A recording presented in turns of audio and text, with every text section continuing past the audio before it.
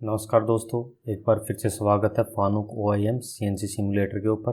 तो इस वीडियो में हम क्या देखेंगे, हम इस वीडियो में जो हमारी ये फीड रेट का जो नॉब होता है, स्पिंडल स्पीड की परसेंटेज में जो वेलोसिटी रहती है, स्पिंडल स्पीड रहती है, इसका जो नॉब होता है ये कैसे काम करता है, और जो ये दो कॉलम्स के अंदर हमारे डिफरेंट बटन्स हैं ये किस तरीके से काम करते हैं।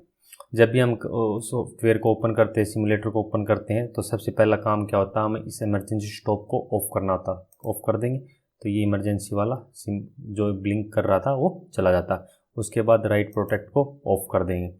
सबसे पहला काम क्या होता है, देखो यहाँ पे चार जो लाइट्स हैं ये ब्लिंक कर रही हैं। इसका मतलब क्या है, इस टाइम पे मशीन को नहीं पता कि उसका जो स्पिंडल है वो कहाँ पर है। तो सबसे पहले मशीन को उसकी होम पोजीशन के ऊपर ले करके जाना पड़ता।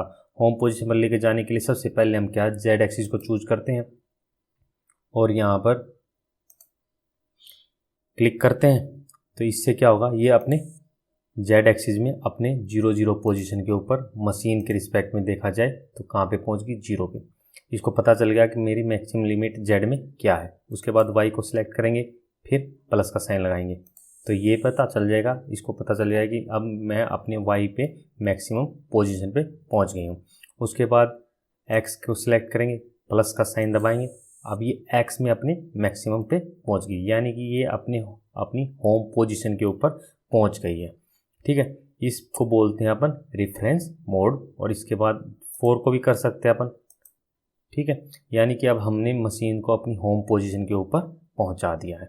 ठीक है, आगे बढ़ने से पहले अपन क्या करते हैं, एक बार स्पिंडल के अंदर ओके शो टूल ये आ गया। उसके बाद अपन एक वर्क पीस को भी सेटअप कर लेते हैं, जो अभी तक करते आए अपन 300 बाई 300 बाई 50 mm हाइट का। और इसका जो ओरिजिन है वो इसके सेंटर से कितनी दूरी पे है, 150 लेफ्ट में, 150 इधर यानी कि इस पोजीशन पे, और जेड में देखा जाए तो इसके सरफेस से 60 ऊपर। एक बार देख लेते हैं। देखिए इस पॉइंट के ऊपर ये 50 mm की हाइट पे इसका जो WCS है, वर्क कोऑर्डिनेट सिस्टम सेट है। और ये किसके अंदर सेव है, वर्क कोऑर्डिनेट सिस्टम G54 में। ये G कोड होते हैं 54 से लेकर के 59 तक, जहाँ पर अपन डिफरेंट ओरिजिन जो है ना सेव कर सकते हैं। मशीन को बताना पड़ता है कि जो हमने ओरिजिन सेट किया वो किस में सेव करे। ठीक है, ओके ठीक है, ये हमने कर लिया। अब जो है मशीन की पहले अपन जो है फीड रेट नोब जो होती है, फीड रेट वाली, इस नोब के ऊपर देखते हैं इसका क्या काम होता है। देखो ये परसेंटेज के अंदर होती है, यहाँ पे देखा जाए फीड रेट का सिंबल है और उसके बाद यहाँ पे लिखा है परसेंटेज। इसका मतलब क्या है, जो भी फीड हम देंगे G94 में, उसका प्रतिशत अगर हमने 100 mm पर मिनट दिए तो उसका प्रतिशत में ये 0 से लेकर 120% तक ये उसको चेंज कर सकता है इसके नॉब के अकॉर्डिंग। हमने 50% कर दिया, 100 दे रखा था तो 50 mm पर मिनट हो जाएगा, या 50 mm वो 0.5 mm जो भी हमने जिस भी यूनिट्स के अंदर फीड दिया उसका प्रतिशत में चला जाएगा। 50% तो उसका हाफ हो जाएगा, 100% तो उतना ही रहेगा, 120 में 1.2 टाइम्स हो जाएगा जो भी हमने फीड दिया है। अब देखो दो तरीके की वेलोसिटी होती है मशीन के अंदर, एक होती है कटिंग वेलोसिटी, एक होती है फीड रेट। ठीक है, अब ये कटिंग क्या होती है, जैसे एक बार मैं इसको प्रोग्राम MDI, एक बार मैं इसको रोटेट कर देता हूँ M03S 2000 RPM पे कर दिया। ठीक है, साइकिल स्टार्ट। जो अभी जो है स्पिंडल है वो रोटेट कर रहा है, कुछ आवाज़ भी आ रही होगी आप लोगों को। ये किसी में पोजीशन पे जा करके देखें तो इस टाइम पे टूल नंबर है 25 और स्पीड कितनी है उसकी 200। अभी मैंने जो स्पीड सेट की वो कौन सी सेट की है,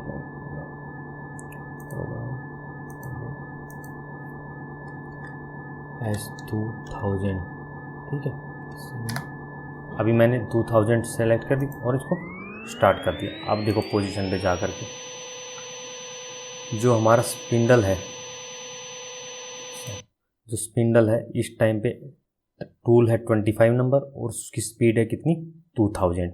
अगर मैं ये 100% पे है, ये स्पिंडल स्पीड का होता है, अगर मैं इसको 50% कर दूंगा तो देखो ये इसकी रोटेशन की जो स्पीड है वो कितनी होगी, यहाँ पे 1000 और यहाँ पे कितना है 50%।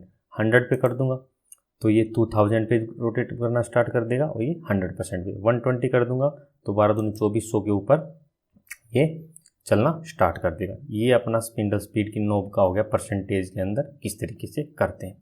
अब आ जाते हैं फीड रेट के ऊपर। देखो फीड रेट का मतलब क्या है, ये अपना वर्कपीस टूल के रिस्पेक्ट में किस रिलेटिव मोशन से चल रहा है उसको बोल देते हैं अपन फीड रेट। एक बार मैं इसको लेकर के आ जाता हूँ रैपिड पोजीशन कहाँ पे, इस सेंटर के ऊपर। ओके ठीक है, अब ये बिल्कुल सेंटर के ऊपर आ गया, रीसेट कर देते हैं।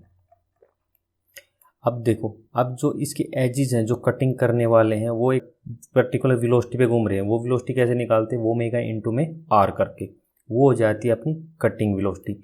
अब जिस स्पीड से ये नीचे जाएगा रिलेटिवली मोशन करेगा, जैसे मैंने जेड एक्सिस को सिलेक्ट किया, ठीक है।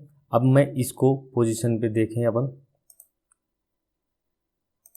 इस टाइम पे अगर मैं पोजीशन को देखूं तो ये नीचे जाएगा, जिस रेट से जाएगा उसी को बोल देंगे हम फीड रेट। नेगेटिव के अंदर देखते हैं जेड में, देखो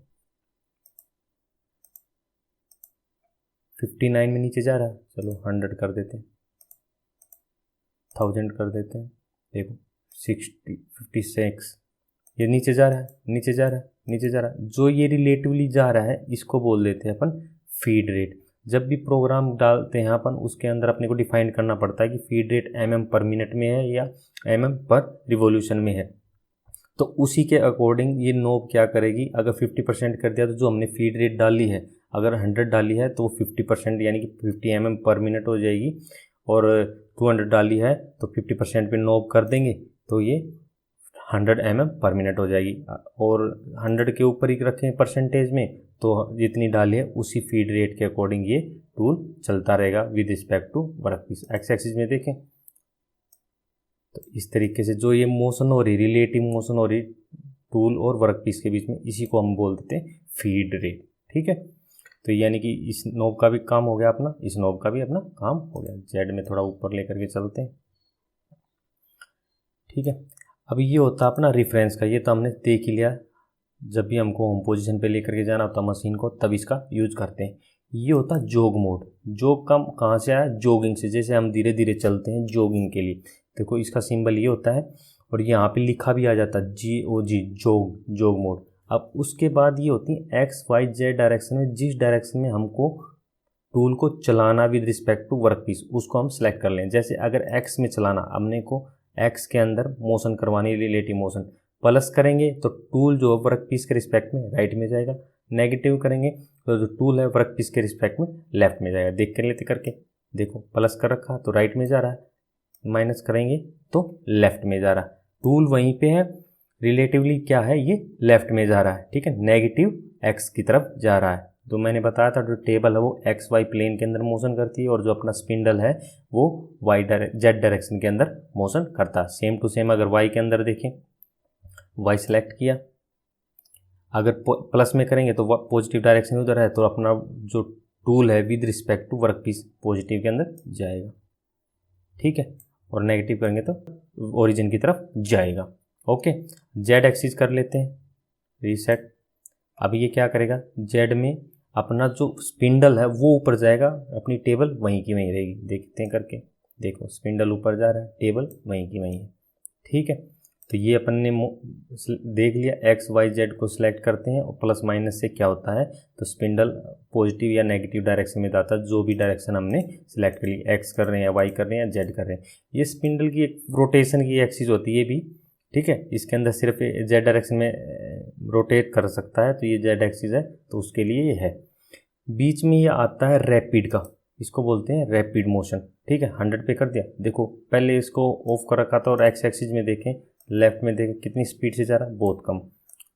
राइट में कितनी स्पीड से, बहुत कम। अगर मैं इसको रैपिड कर दूंगा, आप देखना, रैपिड कर दिया तो ये जल्दी जल्दी जो है ना मोशन कर रहा है, इसकी स्पीड बढ़ गई है, जो मोशन करने की वेलोसिटी है वो बढ़ गई। इसको ऑन करते, ठीक है। अगर मैं इसको 10 पे कर दूंगा, अब देखो बिल्कुल स्लो स्लो चल रहा है। फीड दोनों के बीच में रिलेटिव मोशन क्या है, अब बहुत ही कम है। अगर मैं इसको 120 कर दूंगा, अब देखो दोनों के बीच की वेलोसिटी बढ़ गई। अगर मैं रैपिड कर दूँगा तो और ज़्यादा स्पीड से ये चलने लग जाएगा। ठीक है, ये रैपिड में भी ये क्या है, उसकी वेलोसिटी का प्रतिशत में आ गया, दोनों जो मैंने बताया था ना फीड रेट उसके अकॉर्डिंग। ठीक है, पहले जो चल रहा था उसका 50% हो जाता मैक्सिमम का। तो इस तरीके से हमने देख लिया X Y Z 4 plus minus और रैपिड का। ये होता अपना इंक्रीमेंटल जॉग मोड। इंक्रीमेंटल है तो जॉगिंग ही, लेकिन यह इंक्रीमेंटल है, जिसको सेलेक्ट करते ही इसके नीचे जो 4 जो बटन्स हैं मल्टीप्लाइड 1 x10 x100 x1000, यानी कि ये 1 माइक्रोमीटर के बराबर है, ये 10 माइक्रोमीटर के बराबर है, ये 100 माइक्रोमीटर के बराबर है और ये 1000 माइक्रोमीटर यानी कि 1 mm के बराबर है। ठीक है, अभी देखते हैं इसको सिलेक्ट करके। हमने इंक्रीमेंटल जॉब किया और हमने कर लिया हमने 1 माइक्रोमीटर। अब देखो एक्स एक्सिस सेलेक्ट की, अब प्लस में चल रहे हैं एक्स एक्सिस। एक्स के कोऑर्डिनेट को देखना, जो लास्ट वाला डिजिट है सिर्फ ये चेंज होगा पहले। ठीक है, यानी कि ये अब 1 माइक्रोमीटर के हिसाब से ये चल रहा। 10 कर देंगे तो जो सेकंड वाला है ना ये चेंज होएगा। 100 कर देंगे तो ये थर्ड वाला है ये चेंज होएगा। और 1000 कर देंगे तो यानी कि 1 mm, ये mm में होता है, mm का कोऑर्डिनेट चेंज हो जाएगा। ठीक है, ये तो था x में। y में करेंगे तो y में भी यही है, और z में करेंगे तो z में भी यही है। ठीक है, ये इंक्रीमेंटल जॉग मोड भी पता चलेगा। इसको बोल देते हैं अपन हैंडल मोड, HND हैंडल। तो यहाँ पे आपको देखो एक व्हील सा मिलेगा। ठीक है, जो मैंने यहाँ पे किया है इंक्रीमेंटल जॉब के बाद सेम टू सेम कंडीशन होती है इसके साथ में। ऑफ है एक्स वाई जेड और ये रोटेशन की मल्टीप्लाइड 1 टाइम्स 10 टाइम्स 100 टाइम्स। ये जब हम मशीन को एक्चुअल में सेटअप करते हैं, एक्चुअल मशीन में जब हम टूल को वर्कपीस के रिस्पेक्ट में सेटअप करते हैं तो उस टाइम पे इसका यूज़ किया जाता है। जैसे फॉर एग्जांपल मैं स्पिंडल को रोक देता हूँ। ठीक है, अब देखो मैंने क्या किया, एक्स एक्सिस को सिलेक्ट किया और कितना इंक्रीमेंट लिया, 10 माइक्रोमीटर के बराबर। और अगर मैं इसको रोटेट करवाता हूँ, देखो इस तरीके से हमारे जो बीच वाला डिजिट है ना 10 माइक्रोमीटर वाला वो चेंज हो रहा है। ठीक है, अगर मैं 100 कर दूंगा तो ये 0.8 वाला डिजिट सबसे पहले चेंज होएगा। ठीक है, अगर वाई एक्सिस को सिलेक्ट करता हूँ तो वाई एक्सिस के चेंज होंगे देखो, और मैं जेड एक्सिस को सिलेक्ट करता हूँ तो जेड एक्सिस वाले चेंज होंगे। अगर मैं 10 टाइम्स कर देता हूँ 1 माइक्रोन का तो ये जो बीच वाला डिजिट है ये 1 माइक्रोन, ये 10 माइक्रोन, 100 माइक्रोन और ये 1000 माइक्रोन ये वाला। ठीक है, तो उस हिसाब से ये चेंज होते रहते, जो एक्चुअल मशीन करते हैं ना सेटअप में उस टाइम पे इसका यूज किया जाता है। ठीक है, यानी कि हमने हैंडल मोड का भी पता चल गया। और इन ये चारों के चारों जो हैं बटन कब हाईलाइट होते हैं, जब इंक्रीमेंटल मोड को हम सेलेक्ट करते हैं। ठीक है, उसके बाद यहाँ पे 3 दिख रहे होंगे आप लोगों को बटन। ये वाला क्या है, 0 का मतलब होता ऑफ। जो डिजिटल दुनिया के अंदर 0 का मतलब होता है ऑफ, फॉल्स। ठीक है, और 1 का मतलब होता है ट्रू। यहाँ पे आप लोगों को क्लॉकवाइज डायरेक्शन में कुछ मोशन दिख रही होगी, यानी कि स्पिंडल की रोटेशन से रिलेटेड अपने टूल्स हैं। जैसे इसको किया तो यानी कि ऑफ 0 रखा है, और यहाँ पे क्लॉकवाइज है और 1 है। इसको क्लिक करूँगा तो देखो ऊपर से देखें तो क्लॉकवाइज डायरेक्शन में ये मोशन कर रहा है स्पिंडल। ठीक है, अगर नहीं दिख रहा तो देखो स्लो कर देता हूँ। स्पिंडल नोब है ना, स्पिंडल की परसेंटेज में वेलोसिटी दिखाता है, आरपीएम दिखाता है, तो ये क्लॉकवाइज में चल रहा है। ऑफ कर देंगे तो रुक जाएगा, और ये एंटी क्लॉकवाइज में घुमाना हो तो एंटी क्लॉकवाइज में इस तरीके से ये मोशन करने लग जाएगा। स्टॉप करना है तो स्टॉप हो जाएगा, क्लॉकवाइज में घुमाना है तो इस तरीके से ये क्लॉकवाइज में मोशन करना स्टार्ट कर देगा। ठीक है, ये भी हमने कवर कर लिया, यानी कि ये वाला पोर्शन हमने कवर कर लिया है। ये पहला reference mode, incremental jog mode, handle mode. इसके लिए ये हैंडल को हम ऑन कर लेते हैं। ठीक है, ये कूलेंट है। कूलेंट यानी कि जब हमको मशीनिंग करनी है तो कूलेंट को ऑन करना, तो इसको दबा देंगे तो यहाँ से कूलेंट निकलना स्टार्ट कर देगा। उसके बाद है ये टूल वाला। टूल वाले में देखो, अगर मुझे इस ATC को रोटेट करवाना, किसी टूल को पर्टिकुलर टूल को यहाँ पे टूल चेंजर की पोजीशन पे लेकर के आना, तो इसको क्लिक करेंगे तो ये देखो, ये यहाँ पे 3 था पहले नीचे, अब देखना क्लिक करेंगे तो ये नीचे 4 आ गया। तो इस तरीके से हम पोजीशन को चेंज कर सकते हैं, एटीसी को मैनुअली रोटेट कर सकते हैं बटन दबा के इसको। ठीक है, तो ये वाला पोर्शन हमने कवर कर लिया है, इसमें जितने सारे बटन ये किस तरीके से काम करते हैं। नेक्स्ट में हम जो है अगले इनको कवर करेंगे। ठीक है, तब तक के लिए थैंक यू।